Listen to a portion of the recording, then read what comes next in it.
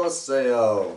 Oseo. Great. Then we always give a Cherokee greeting and wave the great feather. And also I will say Buenos tardes because we're in Mexico today, like that. And starting off with some notices here. Well, last week how can I say this? I have been the artist in residence for San Diego schools and also in Nevada likewise. And for the past few years in this local elementary school, which is very close by here, we have been giving talk displays, artifacts on the Kumeyaay culture. But when I started the class the other day, I asked the class, how many people in here speak Spanish? My gosh, probably 3/4 of the 40 students there spoke Spanish. So that's a pretty good score. So we need to really realize that this is a very Spanish culture here. And so with that, I want to say San Diego judge confirmed as first Latina on state's high court. So Patricia Guerrero is a San Diego appeals court judge who is the daughter of Mexican immigrants, was confirmed Tuesday as the first Latina to serve on the California Supreme Court. So that was really great. She grew up in Imperial Valley and she's worked as a prosecutor and law firm and all kinds of great things. But the main thing is that we now have a first Latina like that. And that's a great model for young Spanish-speaking or Hispanic women. And the next thing we have here, the title for this is Washington Alert System for Missing Indigenous People is okayed. This is from Tulare, Washington. The governor on Thursday signed into law a bill that creates first in the nation statewide alert system for missing Indigenous people to help address a silent crisis that has plagued Indian country in the state and nationwide. The law sets up a similar system to Amber Alerts and also called Silver Alerts, which are used respectively for missing children and vulnerable adults in many states. And this was spearheaded by Representative Deborah Lakanoff, a Native American lawmaker serving in the Washington State Legislature. And she says, I'm proud to say that the missing and murdered Indigenous women and People's Alert System came from the voices of our Native American leaders. It's not just an Indian issue. It's not just an Indian responsibility.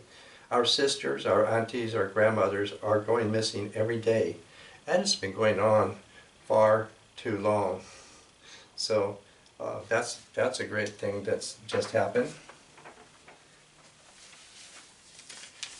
And here's an actual article from the newspaper with a picture. I had to kind of look at it twice. What we're looking at is a jiggle dancer, is what we call them in a powwow. A woman, she's seen from the back and she's kind of jumping up and she has the jingles on her dress. That's why she's called that. And so just to show you the picture accompanying the article, we have mentioned a few times that starting in Canada a few months ago, somehow it was found that there were hundreds and hundreds of unmarked graves of Native American children who had been pressed into these forced assimilation schools in Canada. And so the revelation of that, had quite a huge reaction in the whole country of Canada, so much that they canceled Canada Day. And the Canadian Prime Minister there, he said he wanted the Pope to come there and apologize because of these assimilation schools were Catholic. But this article says what's happened is a large group of Indigenous people went to Rome to see the Pope. And so the headline here is, the Pope makes an apology for Canada abuses. And so I won't read the whole article, but he definitely, he's also the first American Pope, American, I guess, in South America, I think Argentina. So that's really something. And looks like he said, for the deplorable conduct of those members of the Catholic Church, I ask forgiveness. And I want to tell you from my heart that I'm greatly pained. And I unite myself with the Canadian bishops in apologizing. So that's a pretty major thing. And he rather promises that he's going to come to Canada, was it the Feast of St. Anne, I think in July. So all of those things are really good to start off here today. We're just in the beginning of April and beginning of spring. And we just have come from the spring equinox. And that equinox has a feature in all my theme today. And so I'm going to go right over here to a photo.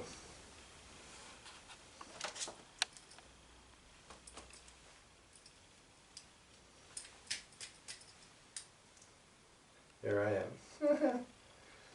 This is a photo of me in Mexico in 1968, and what you're looking at here, I am at the place Teotihuacan, meaning this place where the Great Pyramids are, and I'm standing on a platform in front of, or below, the, they call it the Pyramid of the Moon. It looks like I'm calling down, the clouds here and all of that. The name Teotihuacan means the place where the wondrous is coming out. Huacan means coming out, like that. So there you see my beginning in my theme today of being in Mexico. I was in Mexico on a student visa. My project was Mexican art history and so forth, and that took me to a lot of places there. Also, sometimes I had something of a guide. I had met a Zapotec woman from Oaxaca. She worked in the Social Security building in Mexico City, where I was. And she actually took me on a pretty extensive tour, introducing me to things, including things in the Anthropology Museum there in Mexico City. And especially she took me to the shrine of the Virgin of Guadalupe and formally introduced me to the patron saint of Mexico. And she also, with her family, took me down to Oaxaca and likewise introduced me to the goddess of Oaxaca and so forth. So I really had some insight into that, into these things. And so from that, I want to go over here to my drawing. This is my drawing, one of various drawings I've done in Mexico. This is Mayan, and I call her here, it is the smoker woman with the Mayan torch god here. And also that this is National Poetry Month, April. So let me start off here with this drawing, this short ancient poem, it goes with it.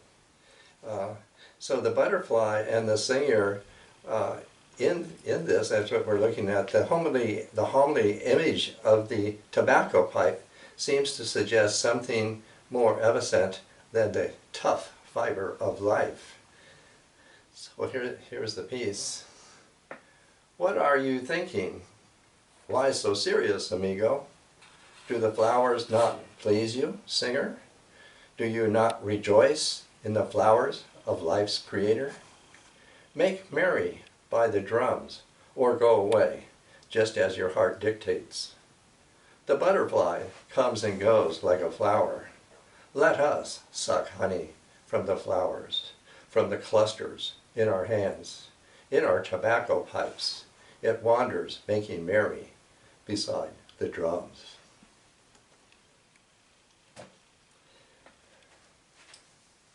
So that gives, a poetry theme, for my drawing here, like that. Last week I introduced here, you see this is the maca base. And here up here, newly, this is a stained glass piece made by Vivian Olds. Of course, you're supposed to see light through stained glass. I can't quite do that here.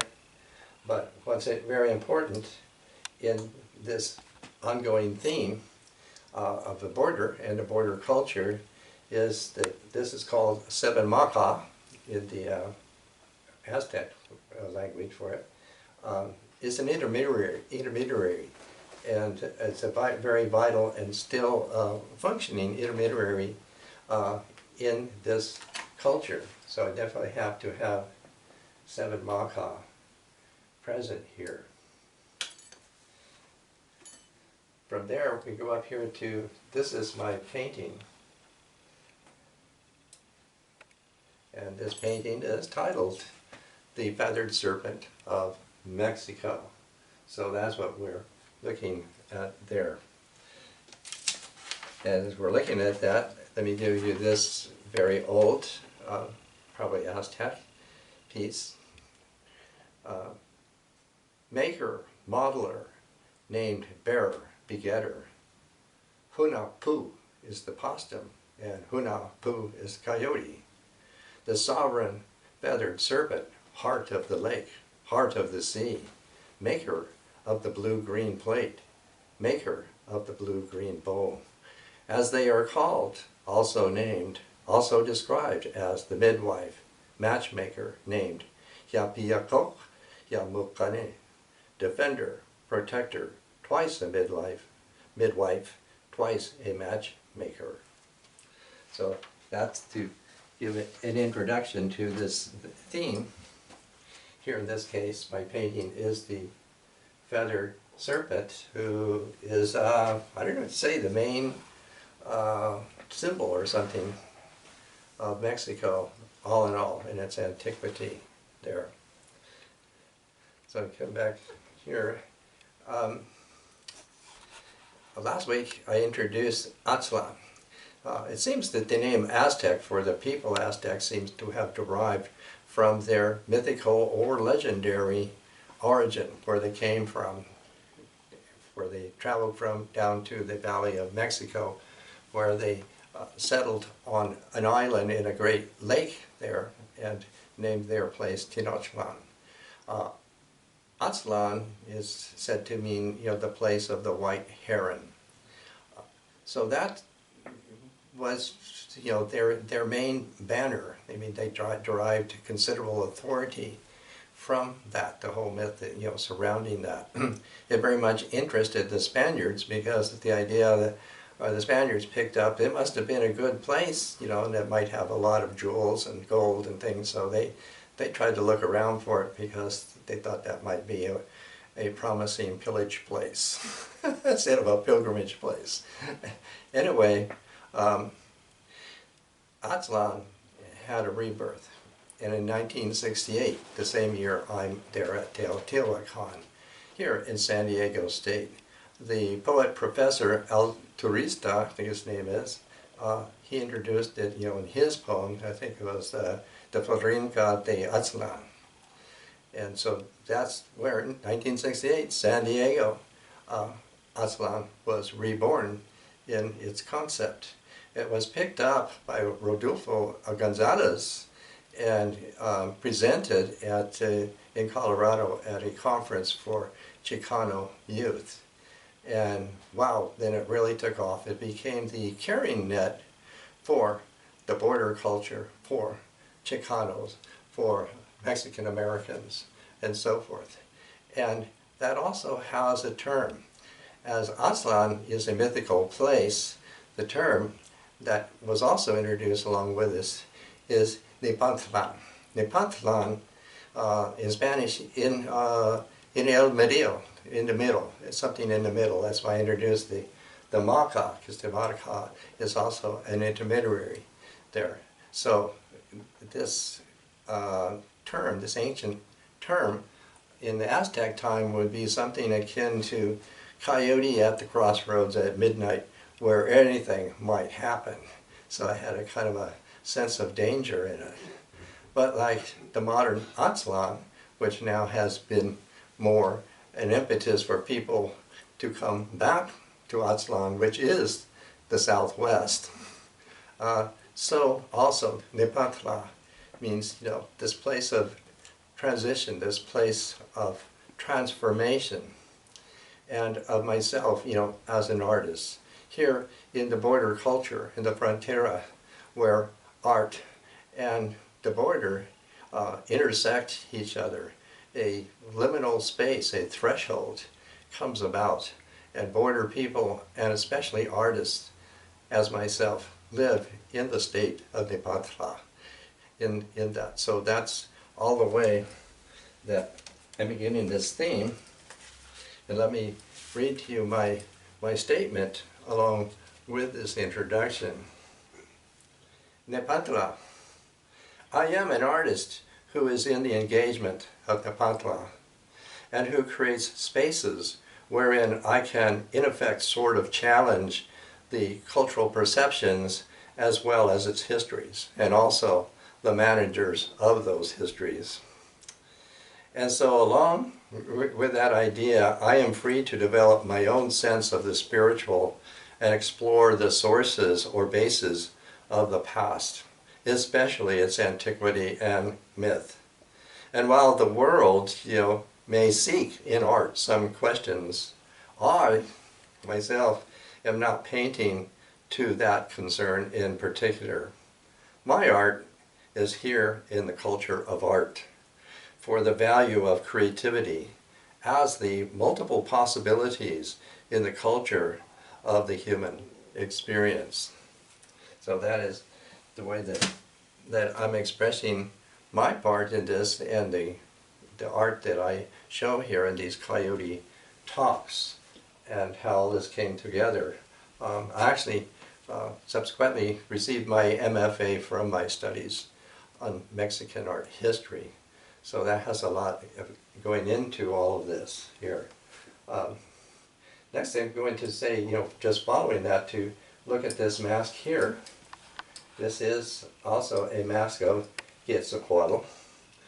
And on each side, this is a Quetzal bird. And there's a starry night in between here. So this is also, as a mask of Quetzalcoatl, of a transition, a transformation. Anybody coming across the border, either way, coming this way or going that way, you're crossing over. So it was really given to me, the title, Carlos Warner, Keeping Law and Order Along the Border. Quite so. Coyote is exactly in that state of Nepantla. And here, with this Quetzalcoatl mask, we can see very adroitly, here's the serpent, and here's the Quetzal bird here. And here's the face of a man, also very bird-like. This is a duality mask. So you can see how one is transforming into another. And while we're at it, we can just go over right alongside of it here to, I showed this before. This is a little picture of Quetzalcoatl, but you see that his headdress is the Quetzal as a headdress. And here he has a piece where water is issuing out. And here he also has that cane of authority. So that's a very good little portrait of Quetzalcoatl alongside of this mask. So we can get this whole idea of this transformation, being in transit, the changes in our language, the changes in our identity, and so forth, are all in this carrying net of Aslan and Nepantla. Nepantla is something that does have agency, so the ramifications and possibilities coming out of realizing oneself as an artist in this carrying net, is unpredictable, as is Coyote at the Crossroads at midnight. Really unpredictable here. And we can come down here to this figure here. I love her. We'll hear more about the Virgin of Guadalupe. Well, the Virgin of Guadalupe is the patron saint, really like the governor of all Mexico. I can tell by the name is Spanish. And the icon itself looks very Spanish, even if an Indigenous had painted it. I saw, Victoria took me to trying to introduce me to her, and I saw the painting or the icon properly, within hand's reach at that time. You can't do that anymore, but at the time I could see it very, very close up. And it is rather mysterious considering how old it is.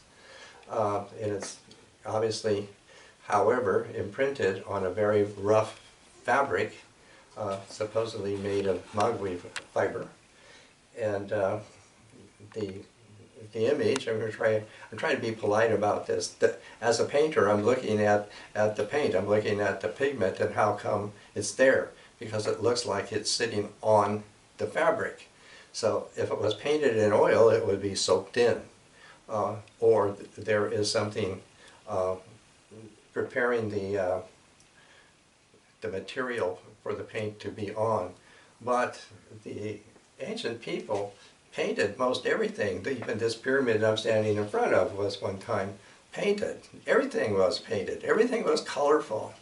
So the kind of binder that they might have used if somebody other than a spirit painted the image of Guadalupe, he used or she used the binder that they used on other things that looks like something like tempera, like that, because of the way, in my view, that the paint was sitting on the material. So anyway, that's the idea here.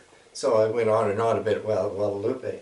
So now what I want to present here with this figure, to me this is a much more likely and much more homely figure for the mother of Mexico, rather than the robe attired, rather slim figured, Spanish looking, demure goddess of Guadalupe. So this, to me, I'm very, very fond of her. I'm presenting her as the homely mother of Mexico herself here. And while we're just there, we used to drop down here, and here's some old clay pieces, from Mexico. Something mysterious with this figure here. Maybe it was from Veracruz. And then I want to go up here, to this figure here. This figure, looks like the Roman letter G. It's very coincidental. It's actually pronounced he.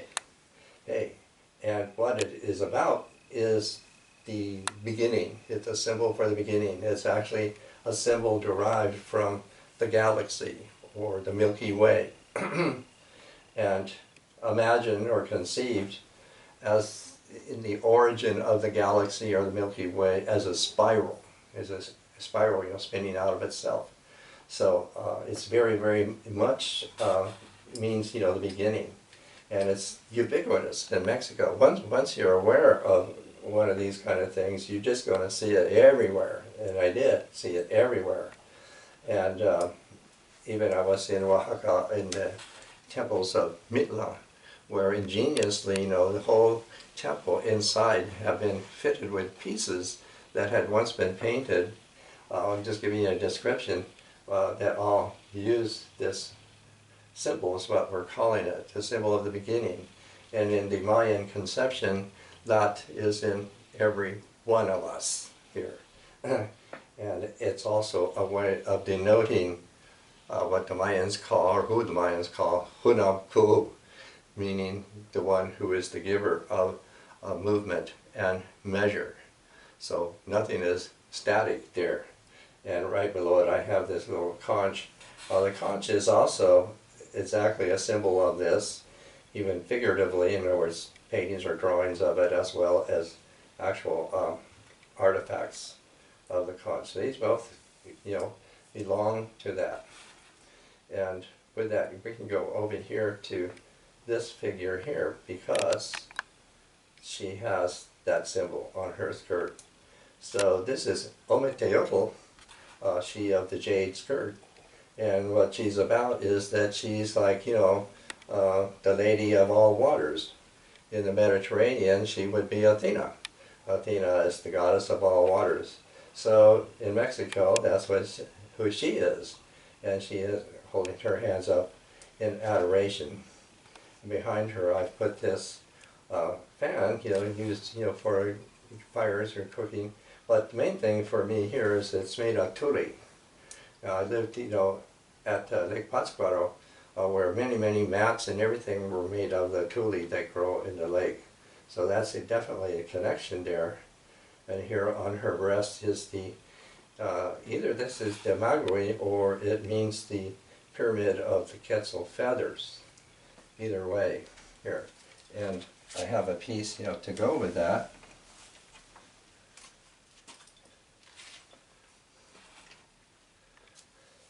So I'm going to read this for this image of her. Our beautiful songs come from the other world, from the house of the sun in heaven. Only from her house come the many flowers, the giver of life. She seeks them for herself, red flowers, grain flowers spilling over. She dances on the flowers. She is joyful. A hollow amid the tules is her home. On an emerald pyramid the Quetzal bird is singing. The blossoming water flows, while amid emerald flowers the green-black thrush sings with a song so intoxicating.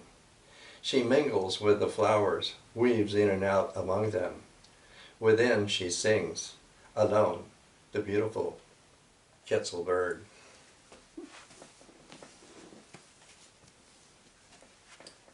So again, you come up and catch another look at this image of a Quetzal bird. It's a little, almost fuzzy-looking little bird. I've seen pictures of it with a very long green feathers. You know, and I'm not sure how well the population of the bird survived because the people, over a long period of time, very much sought the beautiful feathers and used them, as you see in this piece here. So all of that. Also, I have a couple other little items to go with that. Over here, this, what do you call that, onyx figure. This is from here, from there. Still rather reminiscent, at least, of a style of this pyramid almost 2,000 years ago, I think. Oh, by the way, we know now, you know, that these, we're calling them pyramids, were engineered, is the best way to put it, by priests from Mesopotamia. And you know this because of the mathematics, the measurements that went into it. And so it's not exactly a mystery, you know, who the people were who engineered these things. Nearby, almost across from it, is another pyramid called Pyramid of the Sun. And while I was there, in one of these, well, they're built one over another over a period of time. Each time they built another one over the one that was already there. But when I was there, they actually discovered inside of one of these, like a tunnel but the thing was, the tunnel was painted with pictures. And they printed this well, I was in Mexico City, in the newspaper, in color. I had the paper for a long time, showing a pulque ceremony. So, you know, these things are still happening. They're still very much alive. And so this character goes with it. And here I just have another one. I think that these were made to put in the fields. I think that's what, to me, you know, suggests, you know, what these are. These are from the very eastern part of Mexico, maybe around Veracruz here. So that's how I have these ancient things here. And one more thing we're going to look at here alongside of me. Can you see this? This is a Black Jaguar. While in Yucatan, I was given certain names In this case, this is about astrology. In other words, my birth date kind of astrology thing gave me the name of Ik Badam, meaning the Black Jaguar. So I definitely have him here with me to carry out a resonance in this theme of being in Aslan, in being in Yucatan, in being here in the border culture.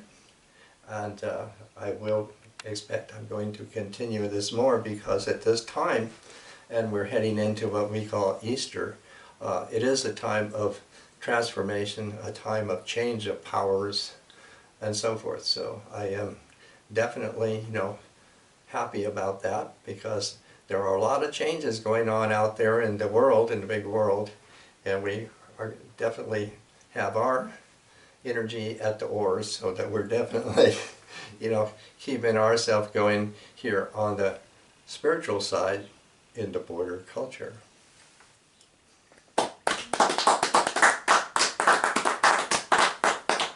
Good. I got it all.